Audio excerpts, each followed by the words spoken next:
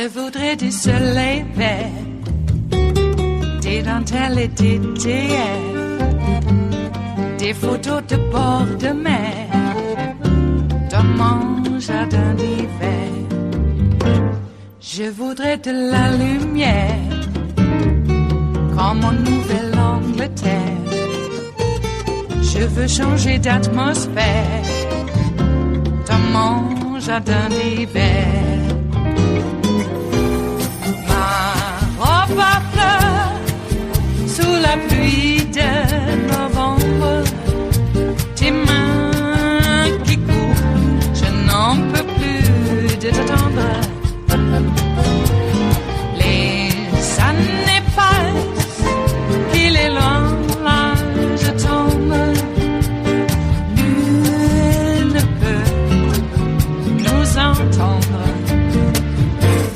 Je voudrais du Fred Astaire, revoir un latte. I want to ask you about politics here at home. Mitt Romney, one of your Republican colleagues, says he is likely to vote to call witnesses in the impeachment trial. How many other Republicans do you expect to vote to approve witnesses and evidence? I don't know, Margaret. I'm not going to vote to approve witnesses because the House Democrats have had lots of witnesses. We heard from them over and over and over again this week. We don't need to prolong what's already taken 5 months of the American people's time. The House Democrats have not proven their case against Donald Trump. We don't need to prolong this matter. What we saw last week. Do you have a sense, though, that there is a chance there could be witnesses? Will there be those 4 Republicans crossing? I don't want to forecast the way other senators may vote, but I would just say the last 5 days have kind of been a microcosm of the last 5 months.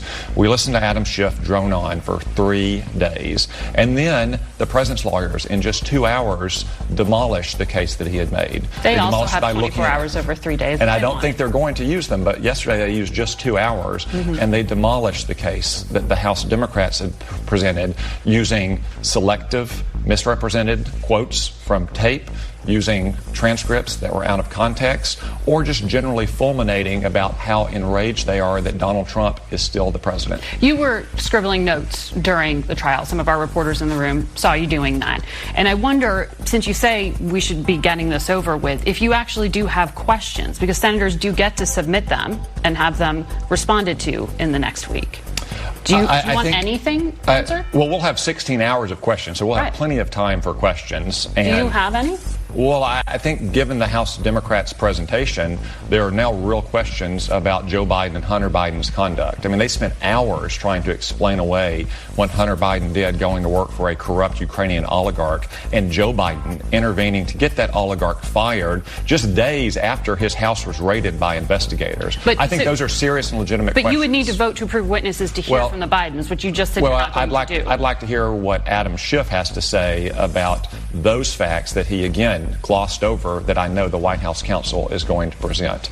But you're not going to vote to approve witnesses? I do not think that we need more witnesses or documents. The House had 17 different witnesses. We saw hours of their testimony this last week. They had 28,000 pages of documents. They're not upset that they haven't had witnesses. They're upset that their witnesses haven't said what they want them to say.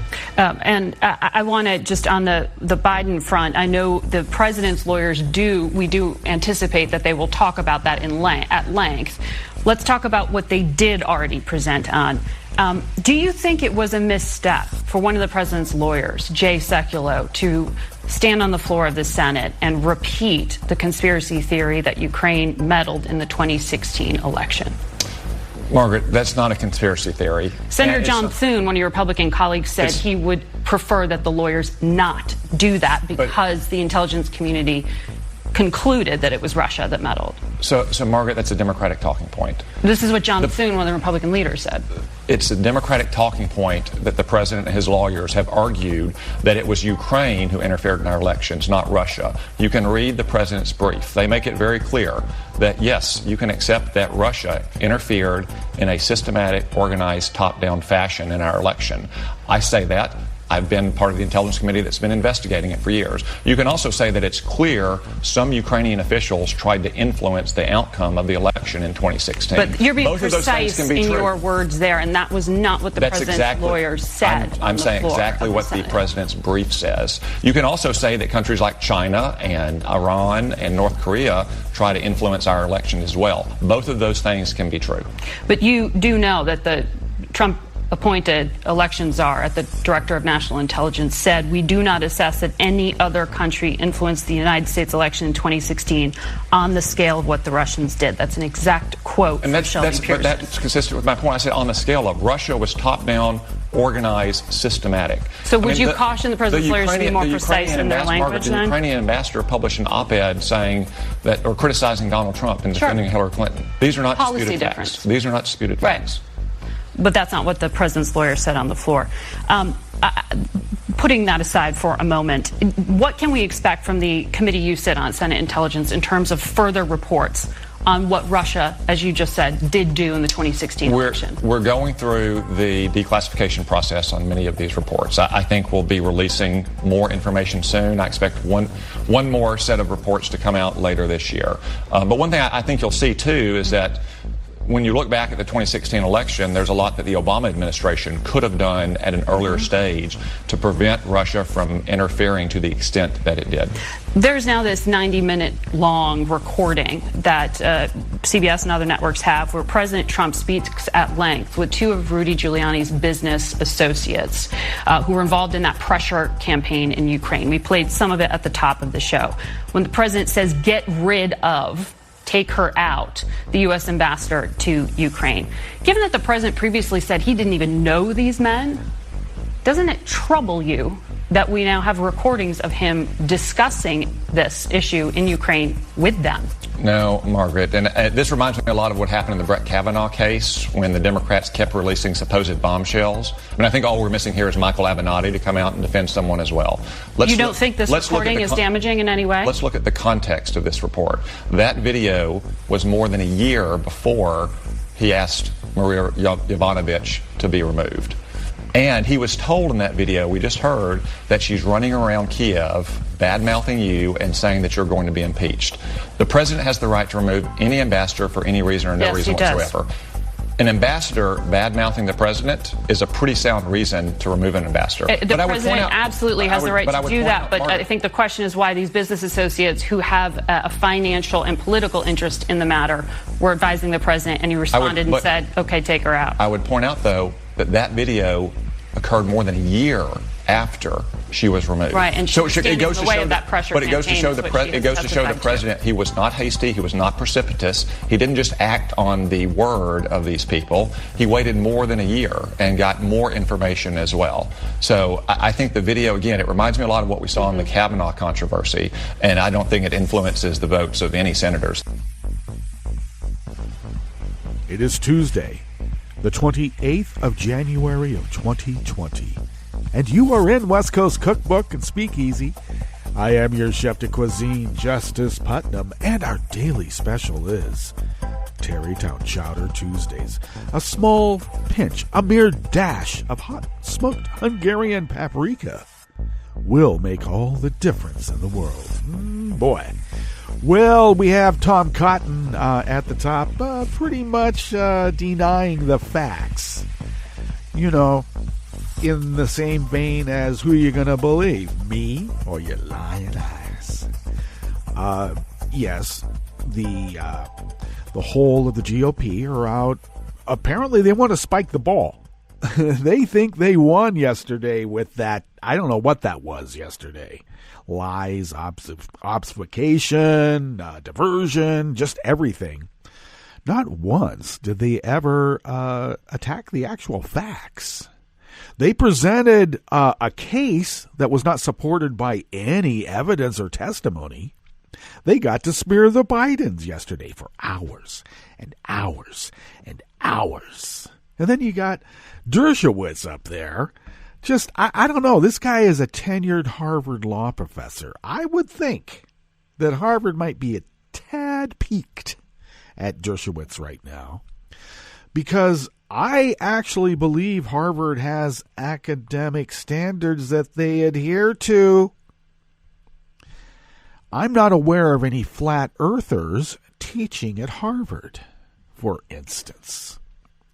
I am not aware of any Holocaust deniers at Harvard, for instance. But, you got Dershowitz there claiming that abuse of power and obstruction of justice in Congress are not impeachable offenses. Wow. News to the founders if they had been around to take on Al. Wow. Okay, well, he got his primetime slot to essentially teach the American public, well, let's put it this way, to teach the deplorables who vote for Trump, and yes, I said it, they are deplorable. I know that we're not supposed to mock them. I know we're not supposed to marginalize them, but I am sorry. They are deplorables, each and every one. And they don't know anything about American history. They don't know anything about American civics. And they got an American history and civics lesson by Alan Dershowitz. And now they can go out in the world and say, I know everything about the Constitution. I learned it all.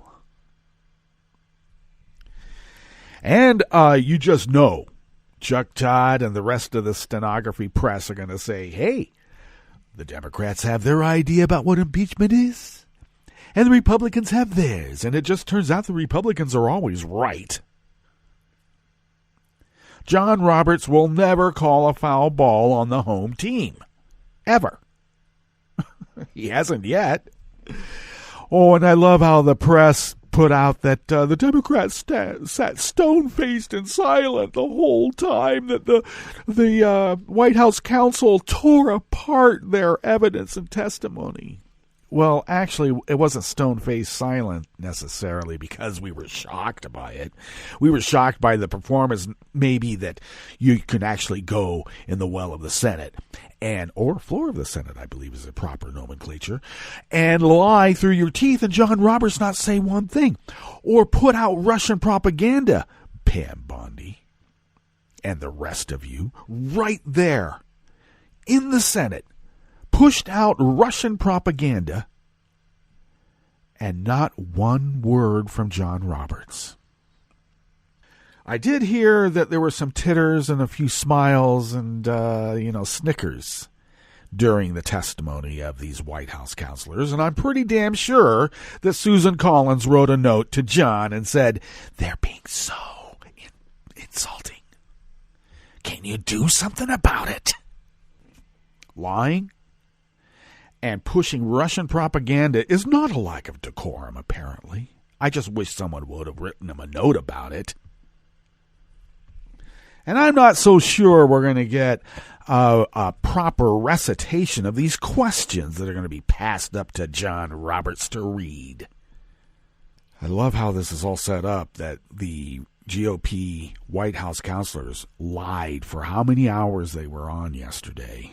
And the Democrats are pretty much incapable of rebutting those arguments, except out in the court of public opinion. And trust me, the deplorables are not listening to the rebuttals of the lies that the GOP put out yesterday. They are being reinforced right now by Fox. And Facebook. Did you know that Facebook just hired a Fox girl to be their news director? They don't even hide it anymore. So we have a battle on our hands. A battle for the souls, the hearts, and the minds of America and its citizenry. And we are not going to change the mind of a deplorable, so don't even try. Don't. It's a waste of time. Unless you feel like you need to get some, stress out. But it's truly a waste of time. Better to marshal our energies into something constructive that advances us forward. So don't try to change a deplorable's mind. Mock them and move on. We have important work to do. And that's to make sure that our friends and family who have not been sucked into this soul-sucking, mind-destroying, reason-destroying cult, it's up to us to make sure that they're getting straight poop. Okay. Well, we're not going to get help from Tom Cotton.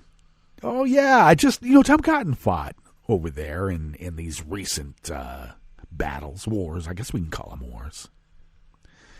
He knows what brain injuries are and how they're caused by concussive devices. Jeez. So, marginalizing, minimizing the injuries of these soldiers, more than half of them, of the 35, I believe 17, 19, somewhere around there, are still in the hospital from the effects of their brains being sloshed around and bounced inside their skulls. Or worse than that, actual shock waves, turning their brains into jelly. Nice. So, that's just a minor complaint, The guy at the top doesn't know anything. He thinks that, if you get bounced on the head, you're supposed to get up and be a man. Jesus God. This guy is the worst alpha male in the world. I mean, he's a germaphobe. How can you be an alpha male and a germaphobe at the same time? I don't get it. Well, we could go on and on and on about all these peaks. We better get right in here to the curated show. We took the time to curate a show for you like we do every day. Well, on the rest of the menu here in the Bistro Cafe of West Coast Cookbook and Speakeasy, Tarrytown Chowder Tuesdays. Oh, roasted corn is always in my chowders, just so you know.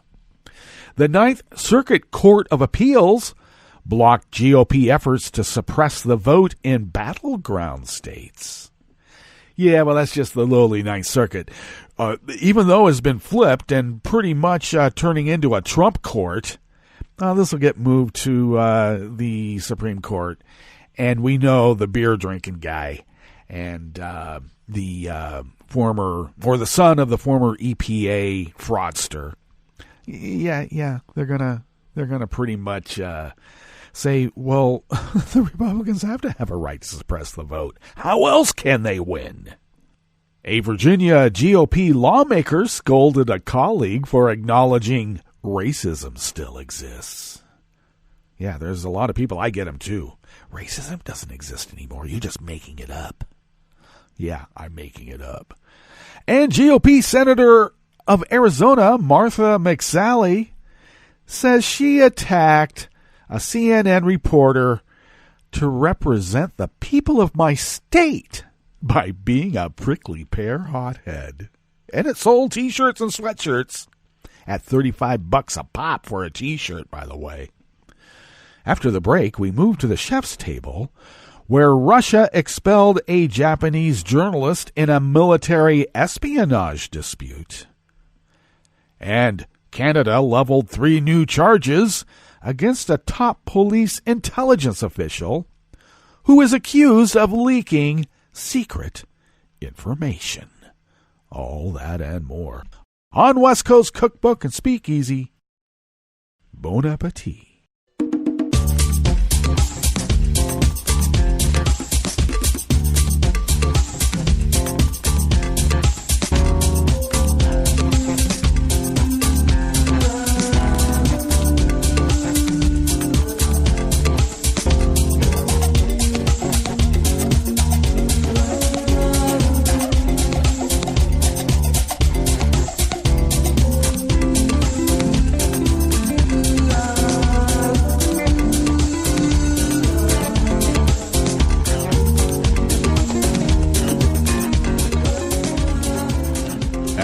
Bottom of our homepage at netrootsradio.com. To the rightish of the page, of course, is our chat room link right there by the social media scroll.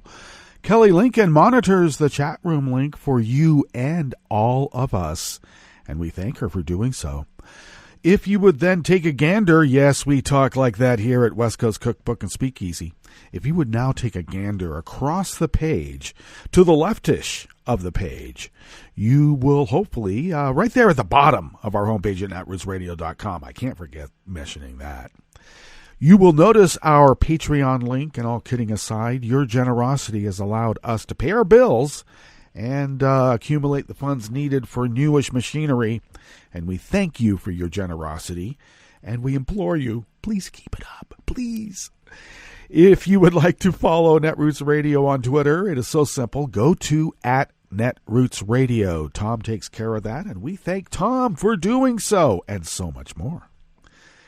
If you would like to follow me on Twitter, do so at Justice Putnam. And I post the show notes and links diary of the show about 10 minutes before showtime on that Twitter account at Justice Putnam, but also the show's Twitter account at Cookbook West. So get the show notes and links diary there. And you can pick up podcasts by way of Spreaker, Stitcher, TuneIn, iHeart, YouTube, iTunes, Apple Podcasts. I don't know. iTunes and Apple Podcasts. Is there a difference? Are they changing? Are they the same? I'm still trying to figure that one out. But get those podcasts where you can get your podcasts, because those podcasts can be found most everywhere. Everywhere. All right, we better get into this first offering here in the Bistro Cafe of West Coast Cookbook and Speakeasy, because we still have the chef's table to get to. And this comes out of The American Independent by Dan Desai Martin. The Ninth Circuit Court of Appeal struck down a pair of voter suppression efforts backed by Arizona Republicans. Judge William A. Fletcher, who wrote for the court's majority, found that a 2016 law limiting who can collect and return early ballots, as well as methods the state uses to discard ballots cast in the wrong precinct, are unconstitutional, in part because the practices have, quote, a discriminatory impact on American Indian, Hispanic, and African-American voters in Arizona. And, of course, the GOP will say, well, that's exactly what we're trying to do. And you can't stop us. Well, a court just is, but you know the GOP. That won't be enough to stop them. At least in this reporter's opinion. I have to put that out there. The 2016 law criminalized most efforts to return someone else's ballot. Fletcher wrote that the law unfairly targeted racial minorities, ruling that the Republican-led legislature enacted the law with discriminatory intent. And, of course, the modern GOP will now say, yeah, so what? Do you think that we got rid of most of the Voting Rights Act because we're not racist? Please. You know us better than that now, don't you? For ballots cast in the wrong precinct, Fletcher ruled that rather than discarding the entire ballot, the state must count votes for offices that would have been legal if the person had shown up at the correct precinct, including statewide offices like U.S. Senator and Governor. The Arizona Democratic Party celebrated the decision, and Herschel Fink, executive director of the party, said, "Today marks an important victory for all Arizonans. We are pleased that the latest effort to suppress the voices of voters by Republicans has failed." Of course, one of the main Republican sponsors of the overturned legislation had a less positive response. State Senator Michelle Ugente-Rita said, "Bull hockey." Bull hockey? Come on. If you're going to start using some American idioms, or even Canadian ones, you got to get them right. It's bull pucky. My God. Well, she blamed the decision on a liberal court. Really now? As opposed to a Federalist Society one, lady? The lawsuit was brought by the Democratic National Committee, Democratic Senatorial Campaign Committee, and the Arizona Democratic Party shortly after the law passed in 2016. The Arizona Republican Party joined the state of Arizona in defending the law. And of course you know they would, Because if they can't suppress the vote, if they can't gerrymander, if they can't get help from hostile foreign actors, how else can they win?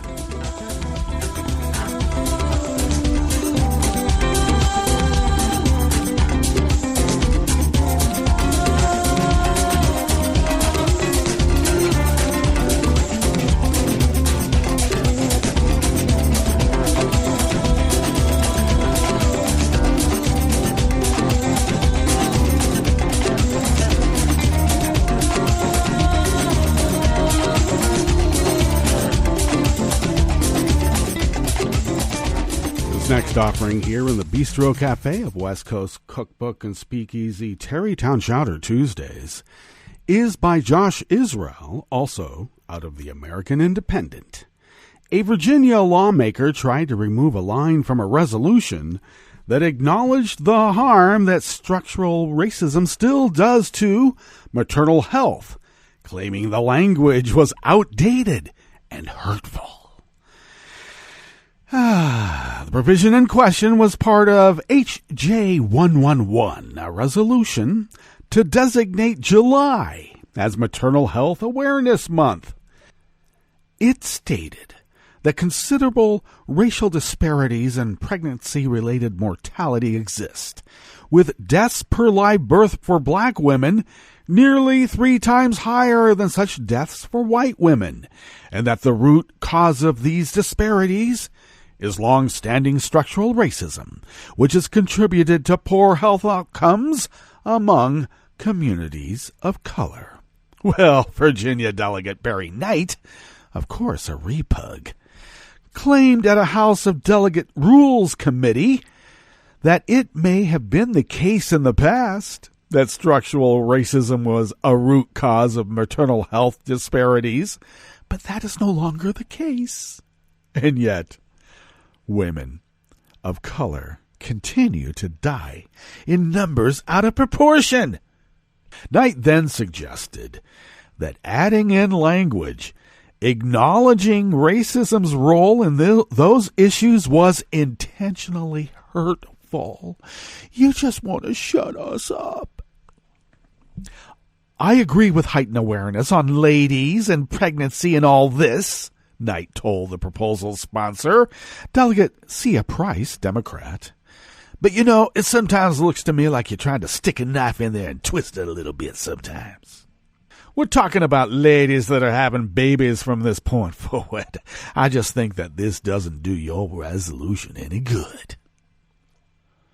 Knight's proposal to amend out the language eventually failed on a 5-13 vote.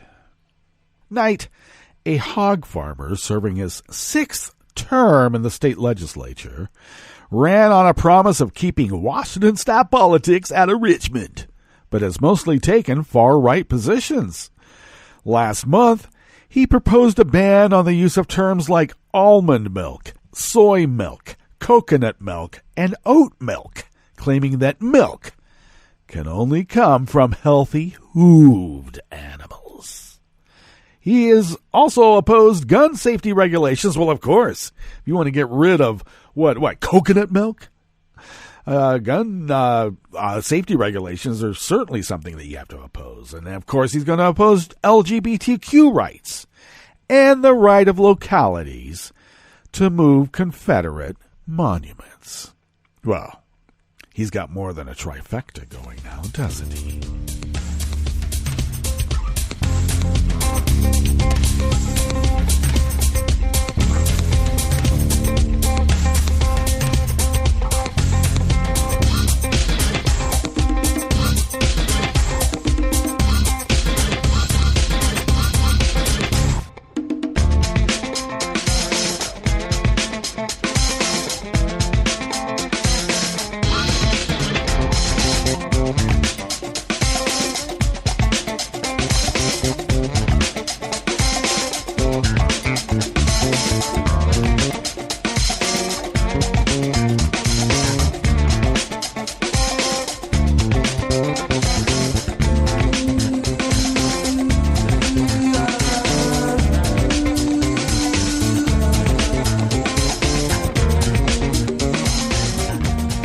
Desai Martin of the American Independent brings us this final offering here in the Bistro Cafe of West Coast Cookbook and Speakeasy. Senator Martha McSally, of course we know her as the repug installed to take over McCain's seat because she couldn't win on her own. And then when John passed away, she was appointed. Well, she penned an op-ed that was published in the Arizona Republic saying her recent attack on a reporter from CNN, by the way, was part of her responsibility to, quote, what she says, to quote, represent the people of my state and tell them the truth. Well, Martha, I don't think you're telling them the truth. Why do you keep lying? Because it sells T-shirts, apparently. McSally has been fielding criticism after calling CNN reporter Manu Raju a liberal hack and refusing to answer his question of whether the Senate should consider new evidence in Trump's impeachment trial. In the op-ed, McSally defended her smear of Raju, saying it's part of her reputation for speaking candidly, sometimes in an edgy way, or as I like to call it, being a prickly pear hothead. That's rather a peculiar way now, isn't it? Edgy. The American senator, or Arizona senator, did not address Raju's question about witnesses or new evidence in the op-ed. Instead, she attacked the liberal media for allegedly having an anti-Trump bias. Well, all I can say, Martha, we had to put up with 8 years, and in fact, it's still going on. The hate for Obama continues to the point he was impeached last night in the Senate. Did you hear? They impeached Obama last night, and it's because the liberal media hates Trump so much. All right, let's get to our break. And when we get back from that break, you do know we will go through weather from around the world. And of course, you know, we're going to finish up with the stories that we have curated for you today. You're listening to West Coast Cookbook and Speakeasy, and we will be right back. You are listening to netrootsradio.com. Please hang up and try again.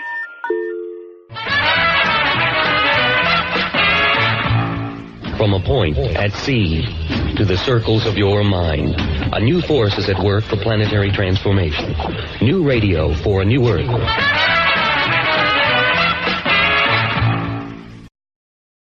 This is Take Two Movie Review. I'm Mike Friend. This week, not so fast. Much like the action in 1917, the kudos have come on hard and fast for this one, and it is an achievement. It's a minimalist story told in an epic way. A British enlisted man from World War I is pulled from trench duty for a mission across enemy or disputed territory to warn another division that a planned attack is a trap. As the action is being set up, we become aware of the film's visual convention, which is that the whole thing seems like a continuous shot, with the camera following our heroes out of the grimy trenches through a gruesome house of combat horrors towards their destination. Oscar-winning director Sam Mendes and top-notch cinematographer Roger Deakins combine for a detail-rich first-person ride that is suspenseful and leaves no doubt as to the nature of war. Because of the technique, we see the protagonist, George McKay's Lance Corporal Schofield, for the film's entire runtime, which makes his acting grade that for the movie, and it's good. But 1917's visual style comes at a price with respect to character development and historical context. The reason why Schofield's partner is chosen may be obvious, but it's worthy of some dialogue, which could have noted its cruelty and maybe worked in the morale issues amongst British troops at that point in the war. And we find out little of the characters' inner or family lives, and no effort is made to contextualize the overall struggle in the light of nationalism. War may be hell, and it's presented so here, but this war featured no moral imperative. Unquestioning patriotism, which has its fans in high places today, fills the void, and this movie leaves it unquestioned. See 1917, but then go home and watch All Quiet on the Western Front. This has been Take Two Movie Review. I'm Mike Friend. Catch up with us at Take2MovieReview.com and feed us back on our page on YouTube.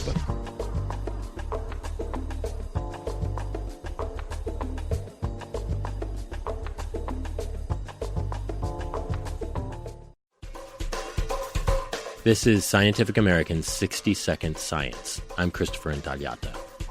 The barred owl has a very distinctive call.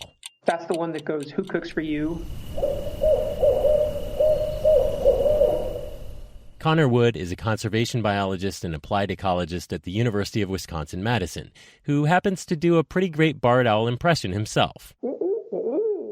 Barred owls are native to the eastern U.S., but in the last century they've crossed the Great Plains, flooded into Canada, and taken up roost in the Pacific Northwest, where they're a major threat to northern spotted owls. Barred owls are bigger and more aggressive than spotted owls, and so barred owls have been able to basically drive spotted owls out of their preferred nesting areas, and also because they're more flexible in what they eat, there can be lots more barred owls on the landscape. And now they're invading the Sierra Nevada mountains further south, the native range of the California spotted owl. And the big question was, what is the size of the barred owl population there, and how fast is it growing? To answer that, Wood and his team deployed audio recorders in roughly 1,000 locations throughout 2,300 square miles of the northern Sierra Nevada. And then they listened for 2 years, collecting the faint calls of spotted owls and barred owls, too. In total, they gathered 200,000 hours worth of audio. It was pretty daunting, seeing it all accumulate and knowing we had to make something intelligible out of it. Algorithms that combed the audio for owl calls helped make sense of it all, and through models, the researchers were able to estimate who was living in those forests, barred owls or spotted owls, and approximately how many of them there were. The key finding is that barred owls occupied about 8% of the northern Sierra Nevada landscape in 2017. But that jumped to 21% in 2018. And so that's a 2.6-fold increase in just 1 year. And on one hand, that's really worrying because it suggests that that barred owl population has begun to grow really rapidly and thus pose a direct, pretty immediate threat to the California spotted owl. But on the other hand, it's really exciting because this means we've caught the problem early and actually have a chance to do something about it. Most biological invasions really aren't fully identified until it's too late. The results are in the journal The Condor Ornithological Applications. Wood and his team advised that it might be necessary to take lethal action, remove the barred owls before they wipe out California spotted owls. Assuming, that is, we give a hoot about the spotted owl's continued survival. Thanks for listening. For Scientific American's 60-Second Science, I'm Christopher Intagliata. This program is presented by the Centers for Disease Control and Prevention.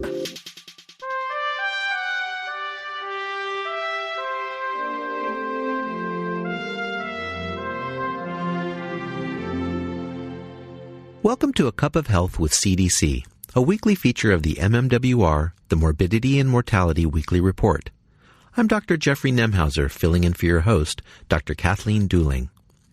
As the U.S. population ages, more people are at risk for injuries. The largest percentage of injury-related deaths among this group are caused by falls. Elizabeth Burns is with CDC's National Center for Injury Prevention and Control. She's joining us today to discuss ways to prevent injuries and deaths from falls among senior adults. Welcome to the show, Elizabeth. Thanks for having me. Elizabeth, what are some of the more common consequences when a senior adult falls? Well, first, it's important to note that falls are incredibly common. More than 1 in 4 older adults will fall in a given year. Common consequences include loss of independence and an increased fear of falling, as older adults are afraid to do the same kinds of activities they were doing before. And this can actually lead to more falls, as older adults have less strength in their lower body. Common consequences include hip fracture and traumatic brain injury. And ultimately, in 2016, almost 30,000 older adults died because of a fall. So are falls more common in men or in women? Falls are more common in women, and more women go to the emergency department because of a fall, and more women die because of a fall.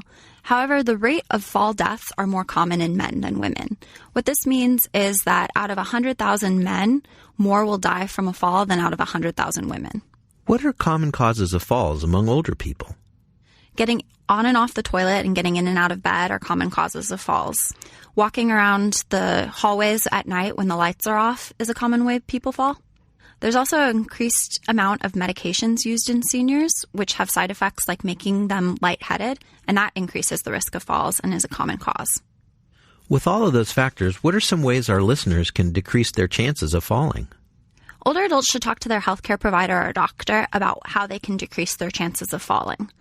This can be done during the annual wellness visit or during annual physicals. The doctor will recommend an exercise program that should increase strength and balance or maybe refer you to a physical therapist. Additionally, they can look through your medications and perhaps reduce your doses or suggest medications that decrease your chances of falls. Are there things we can do to modify our homes to prevent falling? Oh, absolutely. Installing grab bars on the side of the toilet, making sure that rugs are taped down or removed, making sure that there's lighting in the hallways are all really simple ways that an older adult can modify their home to prevent falls. Where can listeners go to get more information about preventing falls? Listeners can go to cdc.gov/study, and that's spelled STEADI. Thanks, Elizabeth. I've been talking today with Elizabeth Burns about ways to prevent fall-related injuries and deaths among senior adults. Improving strength and agility through regular exercise and removing potential obstacles in the home can help decrease the risk for falls.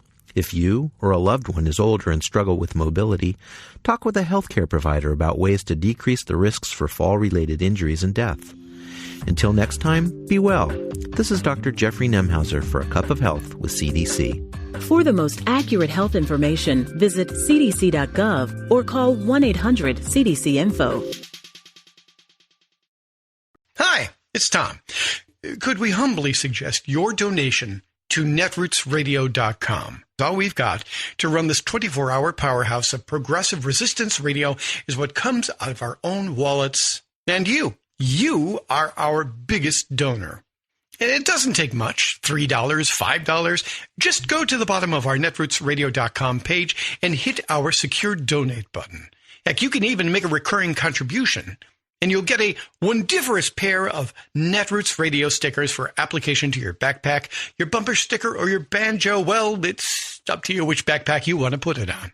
So donate what you'd like at the bottom of our netrootsradio.com's homepage, because you are our biggest donor. netrootsradio.com. Together, we are Resistance Radio.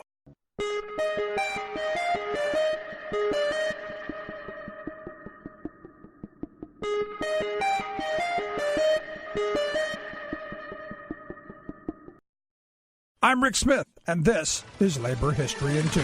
On this day in labor history, the year was 1932. That was the day the first unemployment insurance law was established in the United States. It happened in Wisconsin. Governor Philip La Follette signed the Unemployment Compensation Act. La Follette had a reputation as a progressive leader. Under the new law, employers were required to contribute to a fund based on their payrolls. Many across Wisconsin were out of work due to the Great Depression, but not all workers were covered by the act. Farm workers, domestic workers, railroad workers, teachers, and loggers were among those excluded. Employers with less than 10 workers also did not have to participate. Due to the Great Depression, it took a while to build up enough money in the insurance pool to actually pay out benefits. California, Massachusetts, New Hampshire, New York, Utah, and Washington soon followed Wisconsin's lead. Then, in 1935, President Franklin Delano Roosevelt signed the Social Security Act into law. Part of this act was to encourage states to establish unemployment insurance systems for their workers. The first unemployment insurance benefit check went to Niles Rudd of Madison,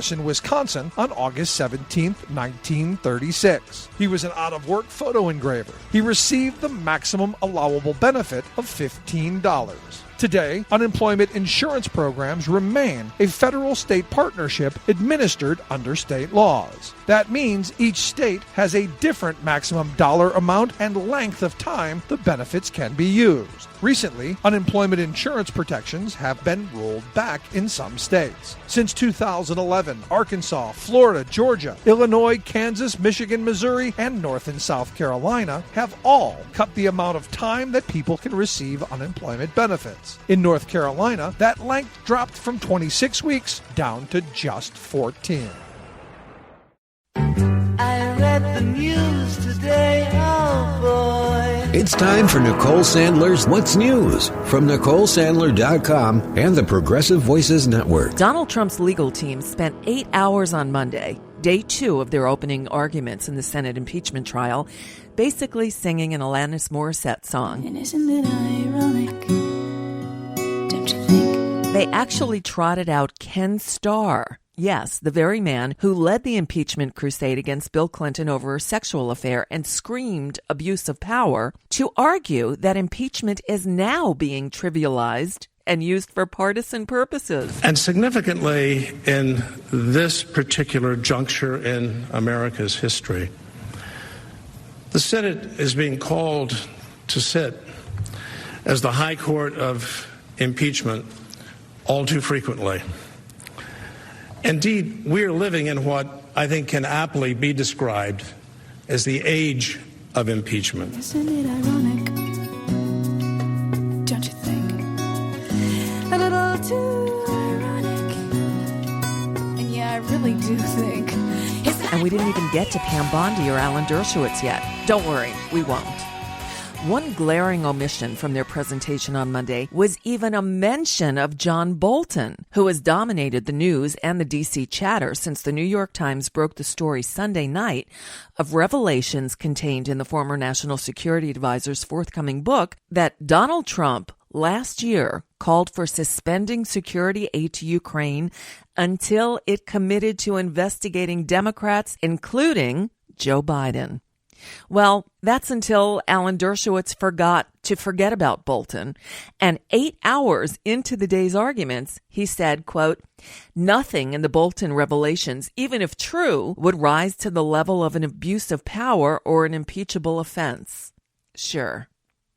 And now a second Bolton book nugget has been reported by the Times.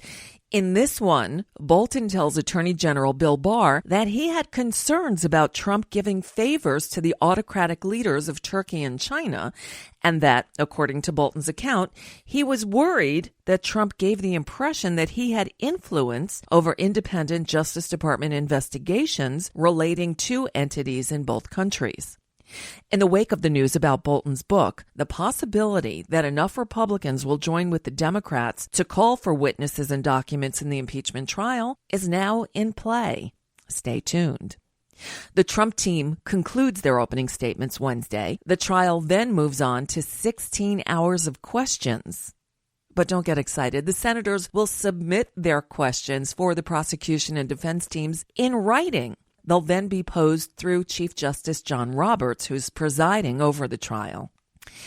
In other important news, the Supreme Court ruled 5-4 on Monday to let the Trump administration's public charge rule take effect nationwide. The rule would restrict immigrants who are considered or could later be considered a, quote, public charge from gaining legal status. Lower courts had struck down the rule, which targets people attempting to legally immigrate into the U.S. by assessing if they have ever used public benefits, such as food stamps, in the past, or if they might use them after gaining legal status. In yesterday's What's News, we told you about Secretary of State Mike Pompeo's meltdown after being questioned on National Public Radio about Ukraine. Now we learn that the State Department has barred NPR's diplomatic correspondent Michelle Kellerman from Pompeo's government plane on a trip to Europe and Asia, including Ukraine, later this week. Lovely. From the Birds of a Feather file, Israeli Prime Minister Benjamin Netanyahu was formally indicted on corruption charges Tuesday, just hours before he was set to meet with Donald Trump for the unveiling of the U.S. administration's so-called Middle East peace plan. Netanyahu has now officially been charged with bribery, fraud, and breach of trust in 3 separate corruption cases. But he's insisted he's innocent, calling the investigations a, quote, attempted coup driven by the left and the media. Sound familiar? This makes Netanyahu the first sitting prime minister to face trial in the country's history. A trial date has not yet been set, but the legal process could possibly take years. Meanwhile, Netanyahu will be at the White House Wednesday to stand alongside Trump as he announces the details of his so-called Middle East peace plan. We don't yet know what's exactly in the Jared Kushner-led plan, but according to some Israeli media reports, it would pave the way for Israel's annexation of virtually all settlements in the West Bank, give Israel full sovereignty over Jerusalem, and make no major provision for returning Palestinian refugees. Trump reportedly briefed both Netanyahu and his chief rival, Benny Gantz, on the details separately at the White House on Monday. No one from Palestinian leadership has been invited to the White House. And finally, survivors of the Nazis' Auschwitz death camp marked the 75th anniversary of its liberation on Monday and warned that anti-Semitism is again on the rise across the world. Polish President Duda said at the ceremony, quote, "We have with us the last living survivors, the last among those who saw the Holocaust with their own eyes." Ronald Lauder, president of the World Jewish Congress, implored the world, quote, "Do not be silent, do not be complacent, do not let this ever happen again to any people." I got good news. And that's just a bit of what's news for now. I'm Nicole Sandler. If you appreciate these reports and the Nicole Sandler Show, I hope you'll consider making a contribution. My work is 100% listener supported, and I can't do it without your help. Find out more at NicoleSandler.com. While you're there, please click on that donate button.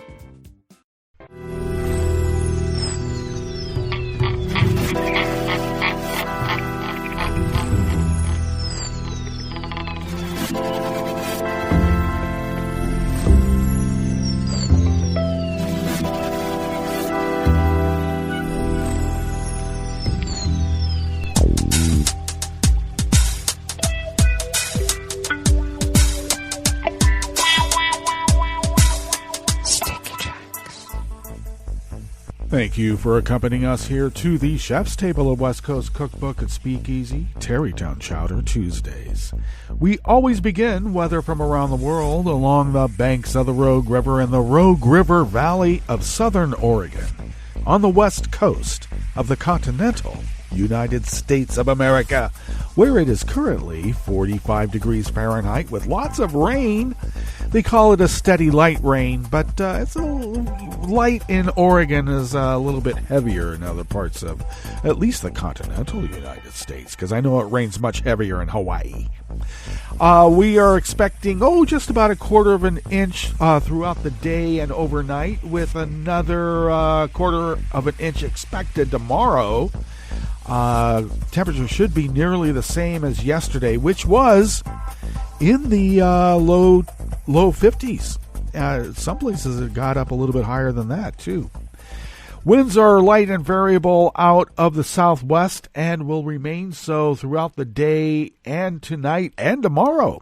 So we should have rain through tomorrow and more rain for the next few days, and then maybe only light drizzle in the early mornings on Friday and Saturday.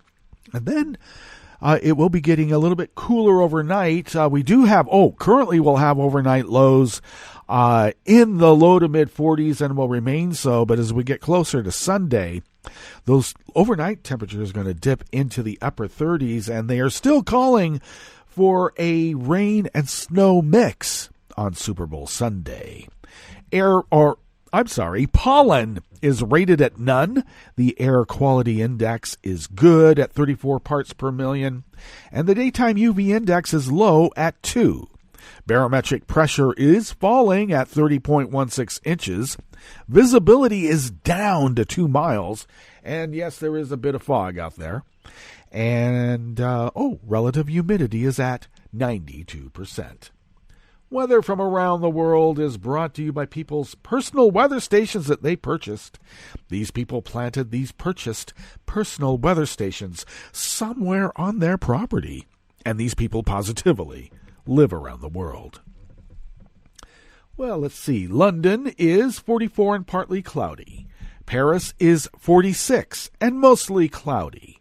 Rome is 57 and merely cloudy. Kyiv is 32 with fog.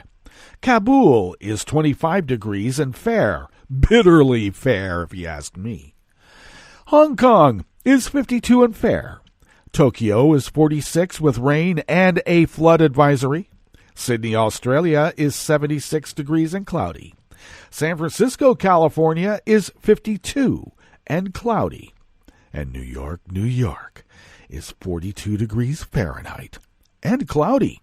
And that is weather from around the world, brought to you by people's personal weather stations that they purchased. These people planted these purchased personal weather stations somewhere on their property, and these people positively live around the world.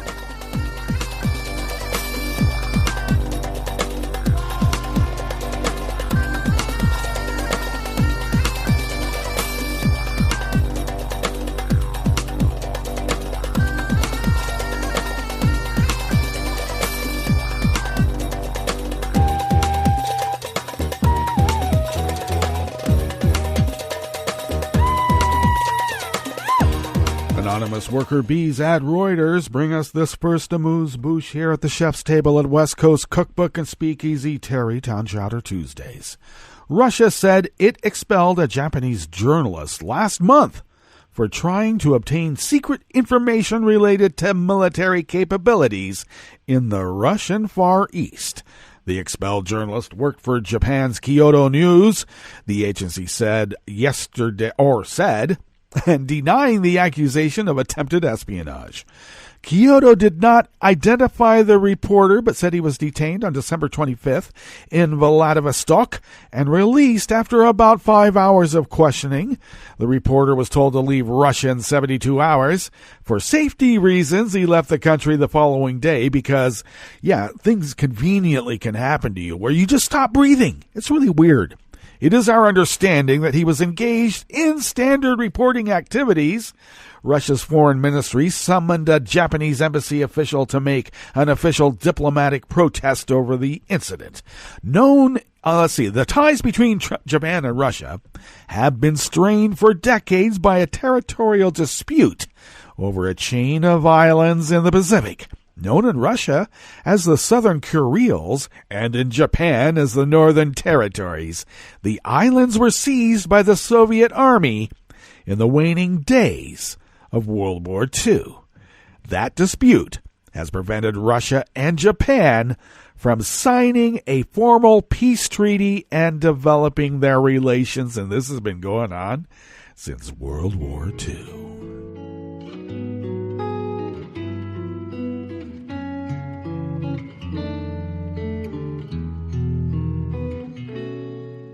Je te donne c'est mon amour pour la vie entière.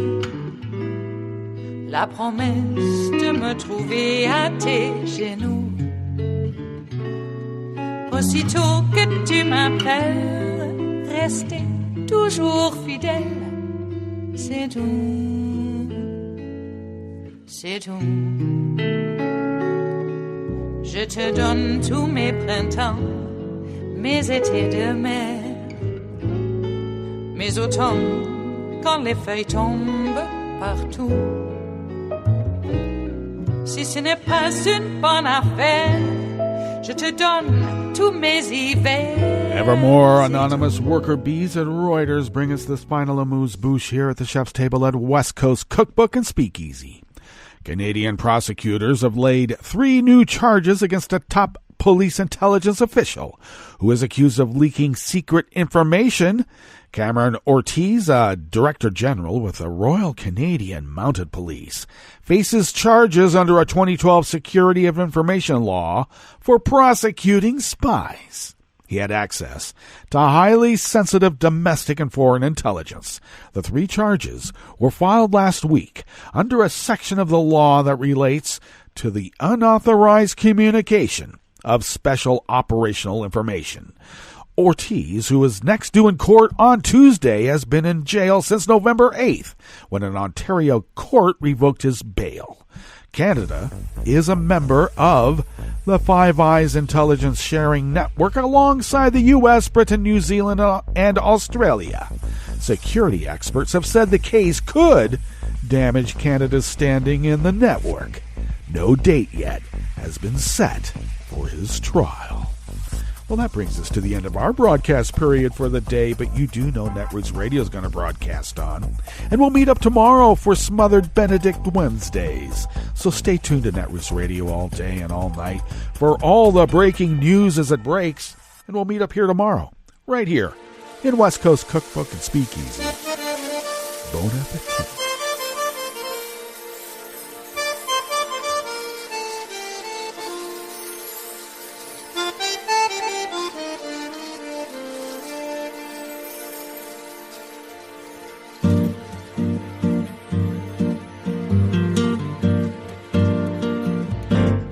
Je voudrais du soleil vert, des dentelles et des théières, des photos de bord de mer, dans mon jardin d'hiver. Je voudrais de la lumière, comme en Nouvelle-Angleterre. Je veux changer d'atmosphère, dans mon jardin d'hiver. À fleurs, sous la pluie de novembre, tes mains qui courent, je n'en peux plus de t'attendre. Les années passent, il est loin, là je tombe. Nul ne peut nous entendre. Je voudrais du Fred Astaire, revoir un latte Goer. Je voudrais toujours te plaire dans mon jardin d'hiver. Je veux déjeuner par terre, comme au long de golfe clair, t'embrasser les yeux ouverts dans mon jardin d'hiver.